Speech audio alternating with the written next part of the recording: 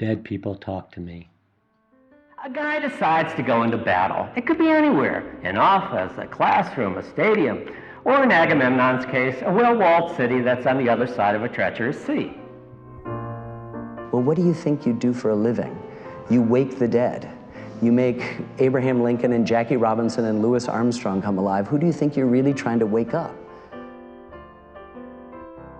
But most people sort of know their history, and yet we still keep repeating it. It hasn't changed anything.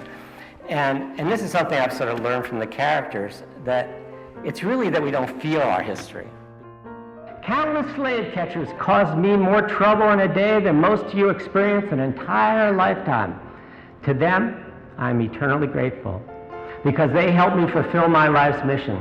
We're drawn to the notion that if we don't remember our past, we're condemned to repeat it. I don't believe that's the case either. I just think human nature is the same, and it always has been the same. Don't you humans have any imagination? It's been 3,000 years and you're telling the same old stories? Money, sex, power, war, peace, right, wrong. Money, sex, power, war, peace, right, wrong. Shall I go on? Humans, I have 3 words for you. Get over yourselves. We human beings are going to just be doing the same old stuff we always do, which is be good and be bad and get better and get worse and do it within and between each other. And that's what he's saying too, but he's also saying that these characters that he's aggregating can point in a direction of how that change that you think is happening or want to happen could happen. Sometimes history seems like a film that got stuck. Like Harriet, we got her running slaves. We've had her running slaves for 150 years. Don't get me going about poor Christ on the cross, or Buddha on his legs crossed, or Muhammad in the whirlwind. I mean, these, I don't want to call them spirits, but these stories are stuck. We need new stories.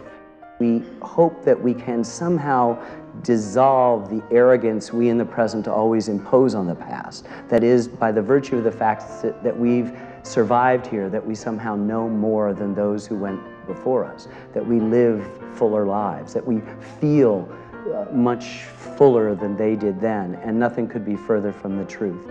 Maybe those so-called founding fathers were just being philosophical when they dreamed up that e pluribus unum thing, but Harriet never settles for more words, because you and me, boy, we're one. I'm not talking I love you, I'm talking I am you. Sullivan Ballew's experience writing a letter in the Civil War, that picture of that girl over the kid that died at Kent State, tell us way as much, if not more, than anything Abraham Lincoln ever said, than anything that Nixon did. Hating other people is the most insidious form of slavery of all.